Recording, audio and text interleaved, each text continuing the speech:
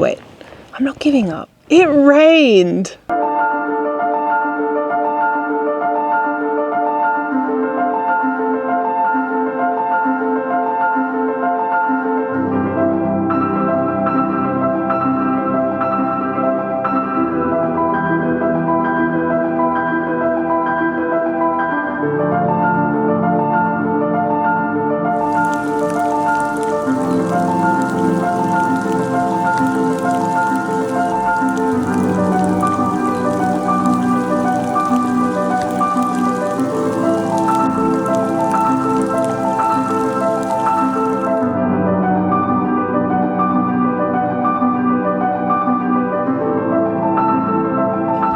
Last time I was sitting here, I was very deflated, thinking, I'm not going to give up, but what do we do now? It rained, and it's been the most unbelievable transformation. Everything's green.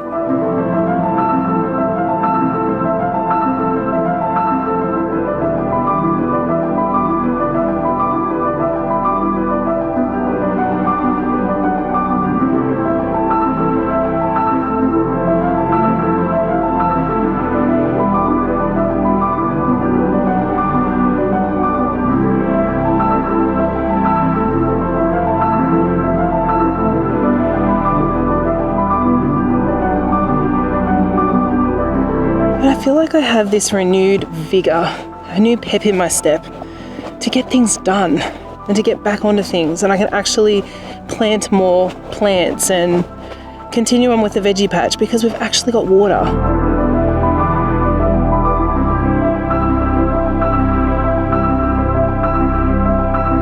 But here we are, and I've been getting things done.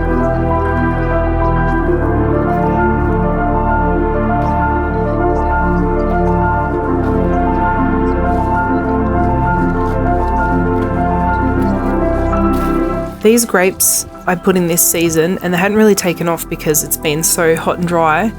But after the rain, they finally took off. So what I'm doing is I'm cutting some of the main branches off and just leaving, I think I've left 2 on each one, and then I'm trailing them up poles because they're eventually going to, they're ornamental grapes. They're going to trail across between these poles. I still have to put a trellis or a wire line in between, but at least they've got some growth this season now.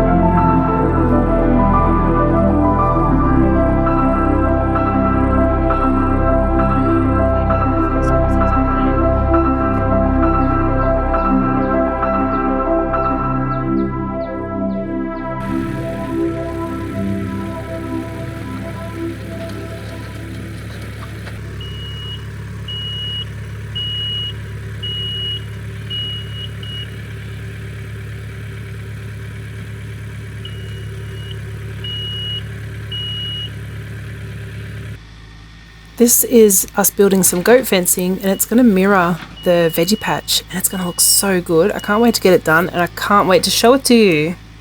Oh, I forgot to move the camera. But what I've done is I've been in the back here and I've just smoothed the pathway out, ready for the walking track. So you can see in here it was really bobbly, but you can see where all that, red dirt is. Well, brown dirt. I've cleaned that up and I've just smoothed this embankment because the fence is going to go in through here. So it's just looking a lot tidier. I've completely dislodged an ant's nest though, so we've got to be careful now.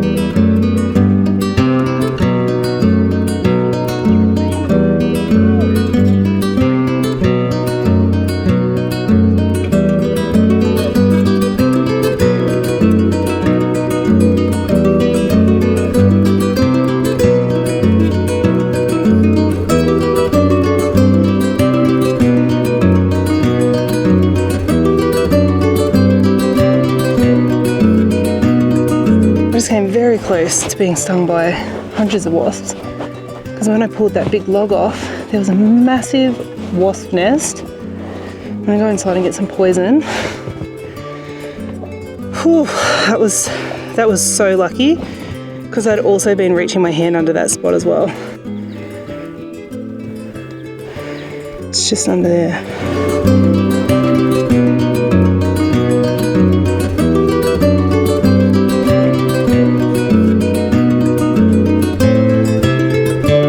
There's still some flying around, because when I moved the nest, it stirred them up.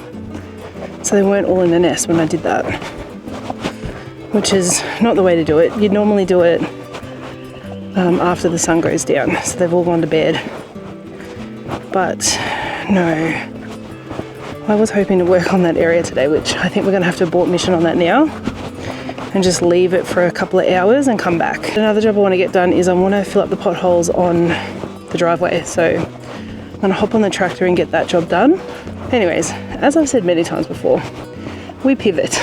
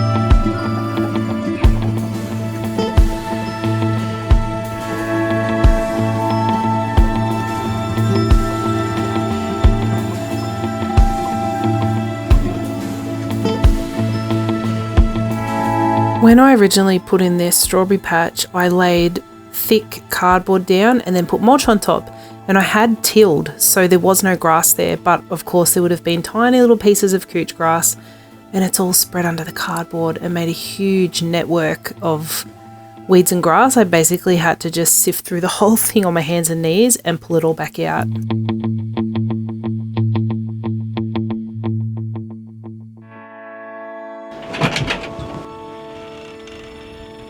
While we're in amongst all these jobs, I thought, why don't I give you a real quick tour? I know this isn't a tour video, but let's do it, because it's absolutely mind-boggling, absolutely mind-boggling how much has changed. It is, we actually can't believe that everything was dead. We didn't even have grass. It was just yellow, crunchy stuff. And it's now rained enough that we've got, not only the grass has rejuvenated, it's actually spreading and it's filling up all those areas that I ruined with the tractor from driving over it for the past 12 months. So it's just, we just feel like it's the biggest blessing. We have a blessings jar this year where every time we get a big blessing, we write it down, put it in the jar. And the plan is on New Year's Eve, we will read back on all the amazing things that happened through the year. The grass and the rain and all of this is in it. And as you know, I had stopped watering things because I was just going to let them die. So the garden was, the veggie patch in particular, was starting to look bad. Let's have a look at it now. But first, look who I've got here. Hello.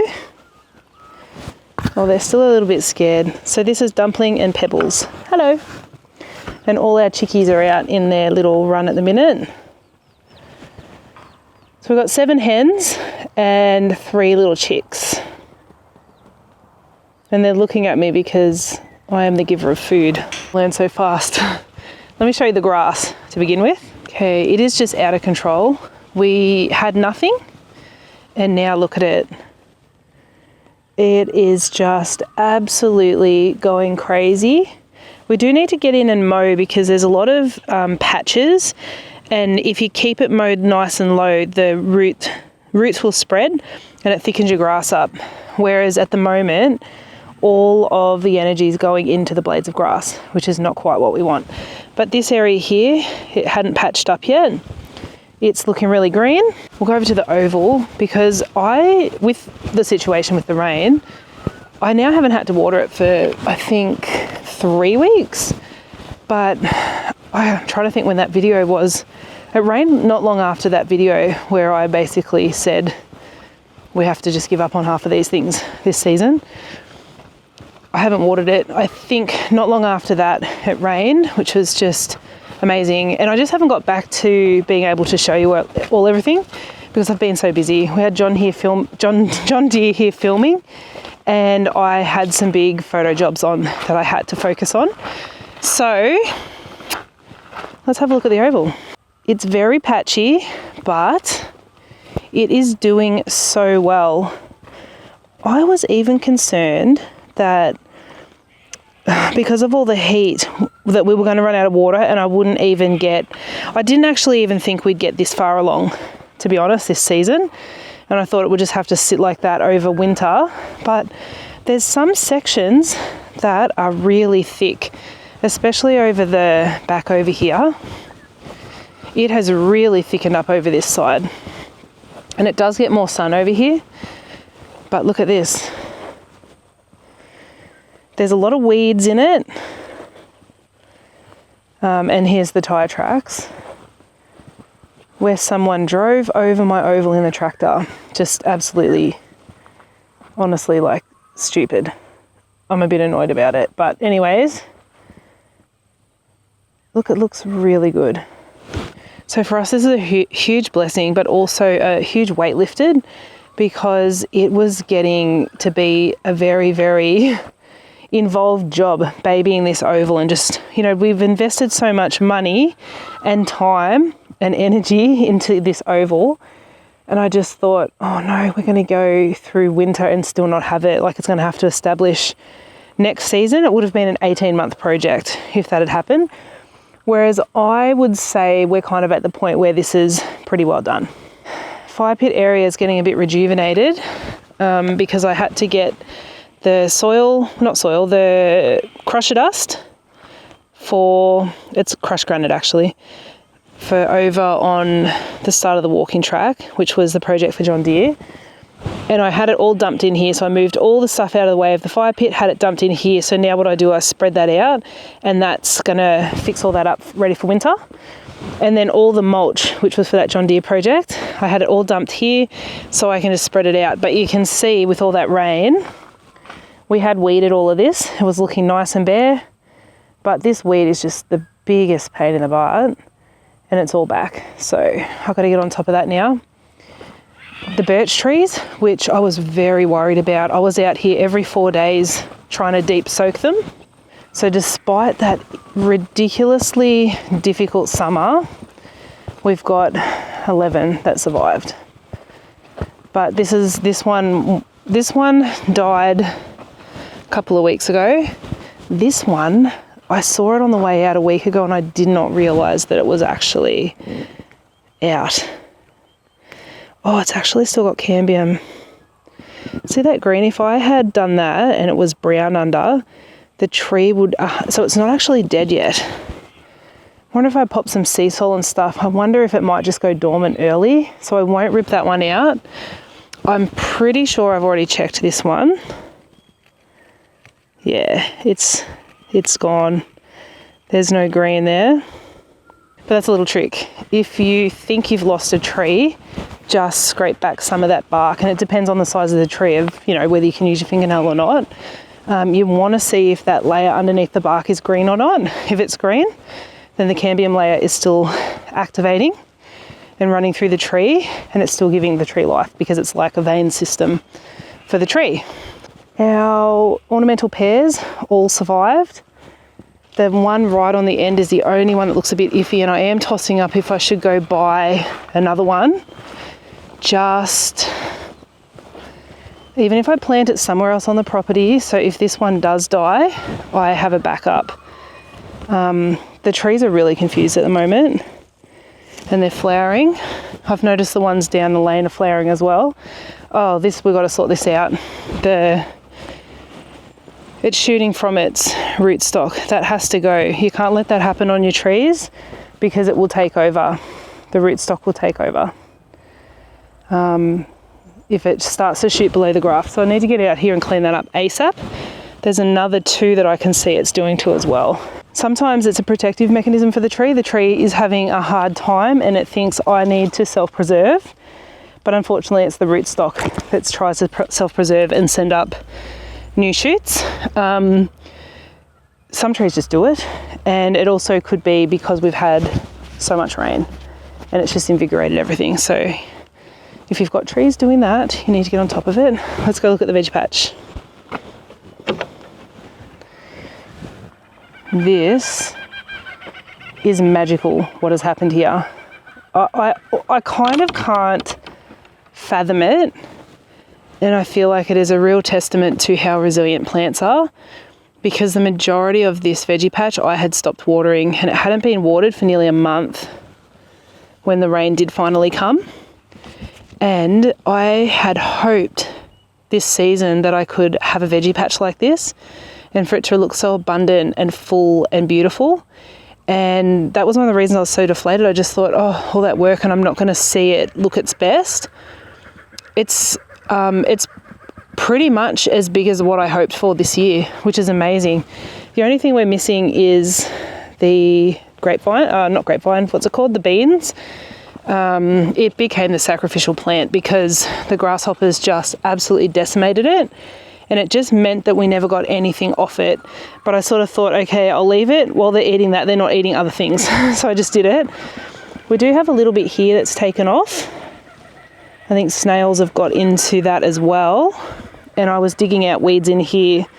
Yeah, well, you saw on the video, and I found lots and lots of slugs in under that chip bark. So the chip bark looks good. Possibly not the best option for a veggie patch because it's another place for little critters to hide. Little destructive critters. I've put my sunnies on because it's actually really glary even though it's overcast. Can you believe it? I can't believe it. I was trying to keep the dahlias alive. I did actually lose some more varieties. I'm really down to, 5 varieties now, but that's okay. I've got some butterfly pea vine down here. It will just have to sit there till next season.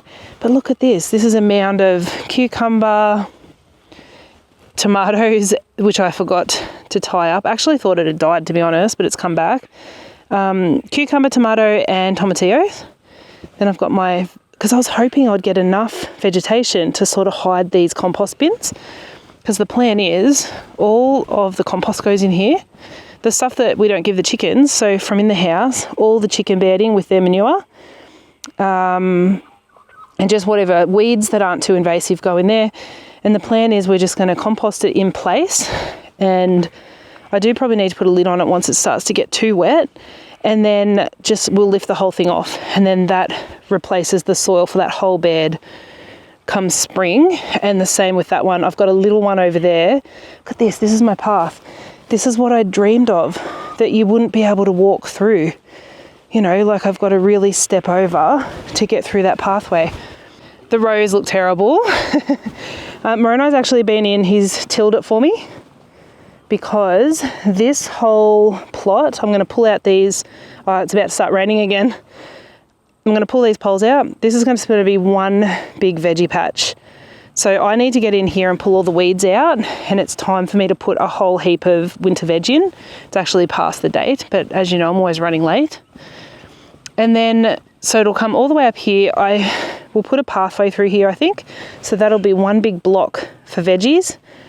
And it'll be a bit more economical because I won't have set rows. I can just space things based on what I'm planting and just do full rows of things, pathway. And then between these two arches, you see there's an arch there, an arch here, and there's 2 beds. We're going to till down the middle. This will be a flower belt. So, and the plan is to have it a self-seeding flower belt. So things will just naturally keep cycling around themselves.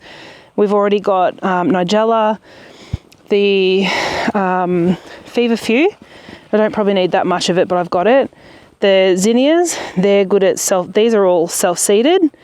And what else have we got? I've actually got the the delphinium over here. I'm going to attempt to move it.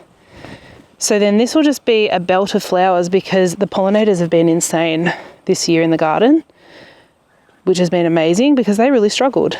You know, as humans, we struggle with the weather, and particularly in drought, it's really, really hard. But because the plants weren't producing so well, there wasn't as much for the pollinators, and they really struggled too. So it was nice that I had some flowers here for them.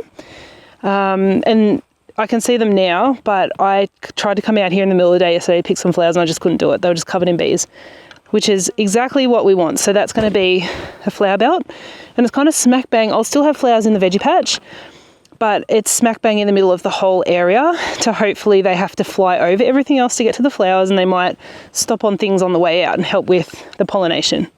Okay, this is very messy, but you're just gonna have to use your imagination. This will be tilled out as well, and this will be another little like corridor, not a corridor, what would you say?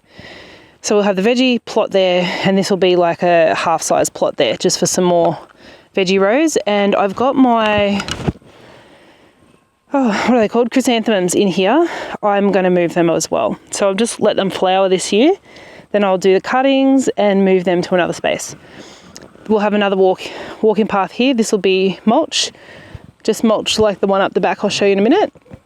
And then this is our blueberry patch, which I had completely covered in lab and mustard seeds, and it didn't do anything because I couldn't water it. I had to stop watering it. And it's unbelievable to me that the little plants must have just sat there because they had germinated. So I just thought they'd die. We got all that rain and it just took off. So in an ideal world, I need to get back in here with a tiller and just mix it all up. But, well, depending, if you're very strict, no dig, you would say that's not an ideal world, don't do that. But I do need to terminate them and spread this around. But because there's going to be 3 rows of blueberries, and potentially this year I'll just have the 2 rows. Sorry, did I say 3?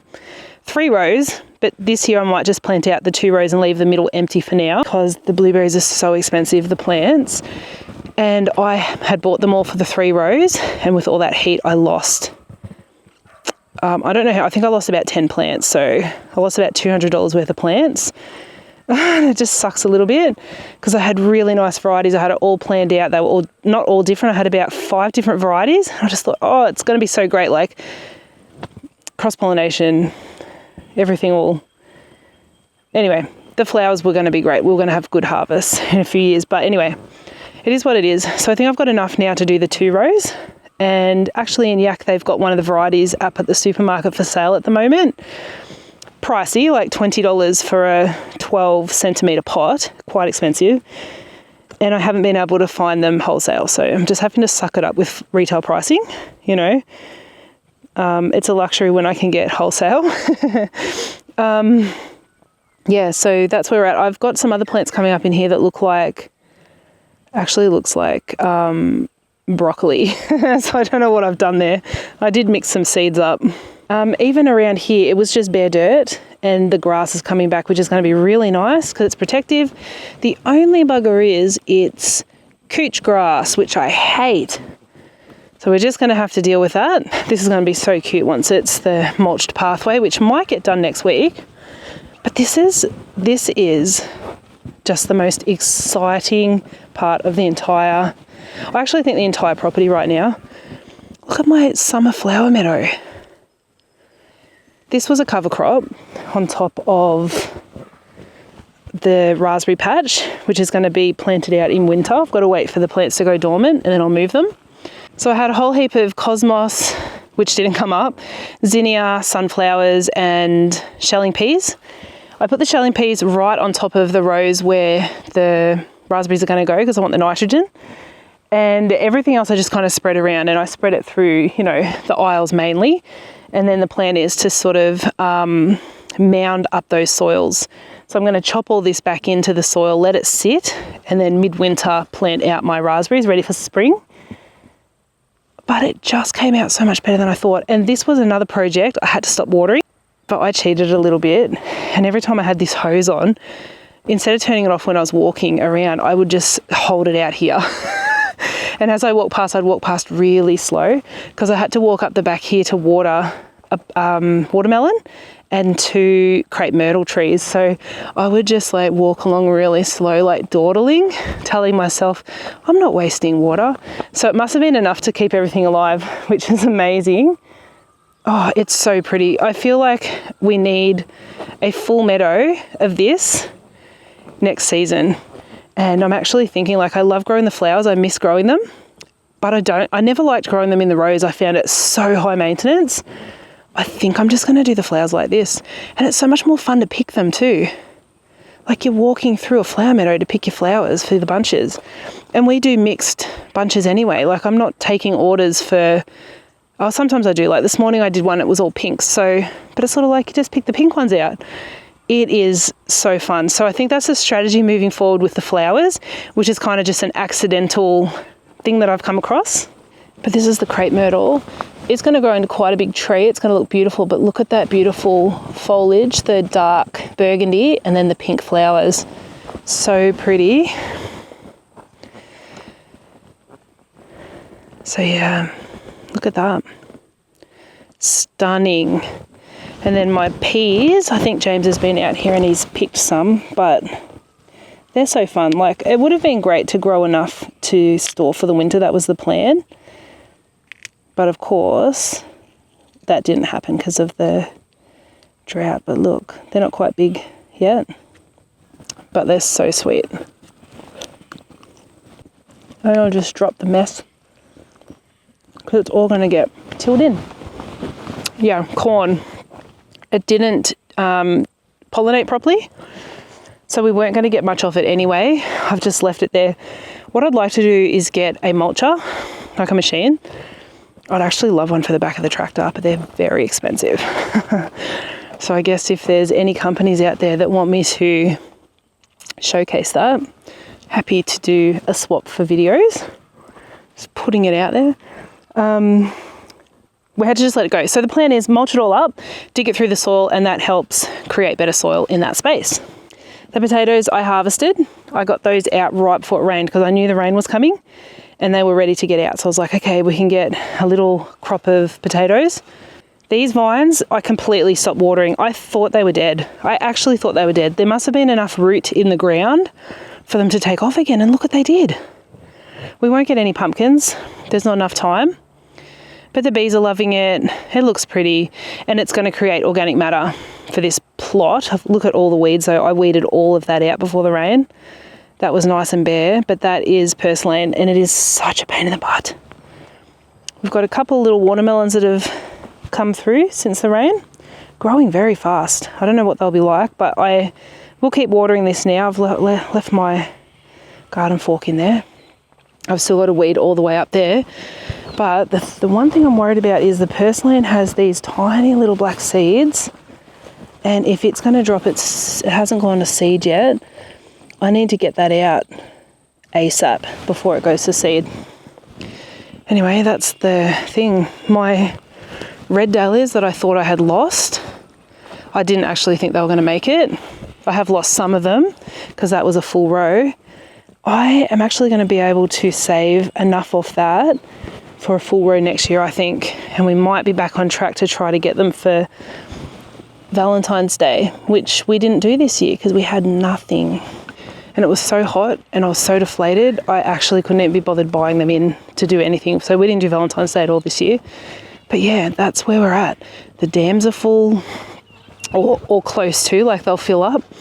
It just feels nice. When it got so bad, I mean, I don't know if you've ever been through drought, but it gets so bad that everything's dry, and it's dry for, you know, you dig down into the soil and it's dry right down. And so when you water something, the surrounding soil and the air and everything just sucks the moisture out straight away. So it's really, really hard to keep things moist and keep them growing. You know, now we've got more problems. There's just weeds everywhere, but you know what? I'd rather have this.